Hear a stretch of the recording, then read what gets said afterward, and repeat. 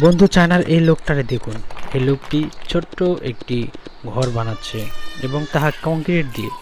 এরপর তা বিভিন্ন ধরনের সিমেন্ট দিয়ে পরিষ্কার করে সিমেন্টের সাহায্যে আপনার এই ঘরটি বানাবে এবং ছোট ছোট ইট দিয়ে দেয়াল তৈরি করে এই লোকটি সুন্দর একটি ঘর বানাচ্ছে এবং হাতুড়ি দিয়ে পিটিয়ে সে দরজা বসাচ্ছে।